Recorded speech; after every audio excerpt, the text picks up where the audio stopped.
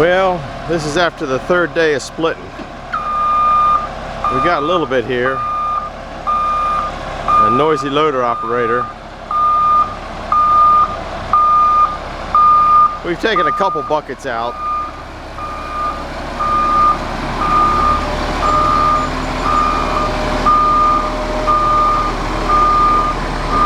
I don't know what size bucket that is, but it's big. That's all locust.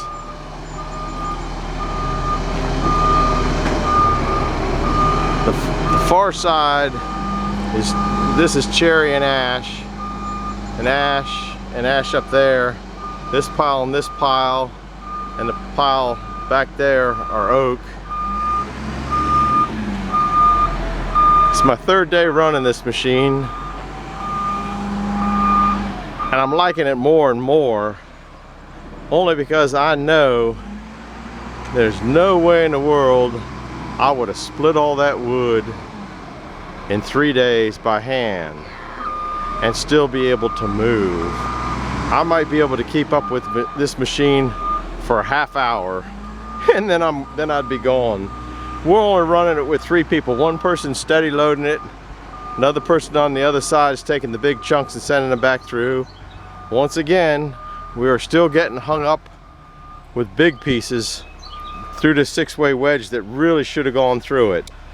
So what we're doing now is, when we get a big one, you got to raise it up, get all the stuff out of the bottom, lower it down so it only does 1 split or a 4-way split, split the big stuff and bring it back, which I'm not happy with that, but I'm okay with that. So, but it's still a beautiful machine. It seems to be very durable.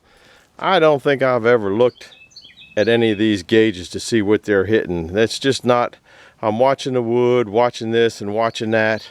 Some of the pieces come through and get hit on this. It looks like we kind of maybe retorqued it a little bit, but you got to be really careful when you got one that's wild. This one here's semi-wild. It goes up, but overall I think they're making a pretty good machine. I still don't know whether I'd buy one or not.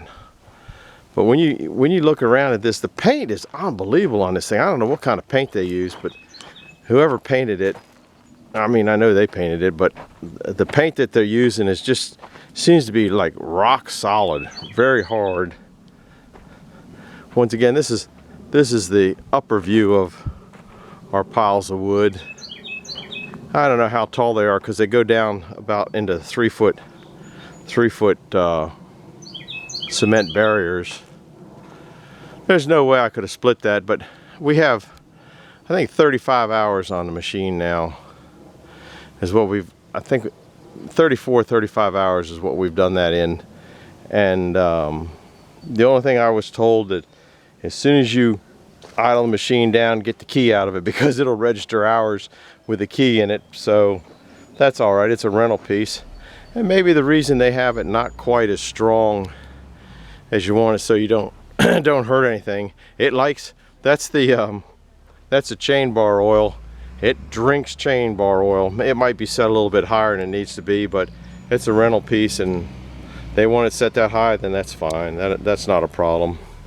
I think we need to give it a bath before we send it back. But it's a pretty wild machine. I'll tell you what, if I was to buy one, I think the first thing I'd do is put an inverter on it. Just a real itty bitty one, enough to run a box fan. So you got a breeze. It's 95 degrees out here today. But with the canopy, which you can see we got a kind of a dilapidated old canopy, it kept you out of the sun and you're all right. But every now and then that engine and exhaust would come by you, and you just needed a breeze afterwards. But anyhow, that's what we're looking at after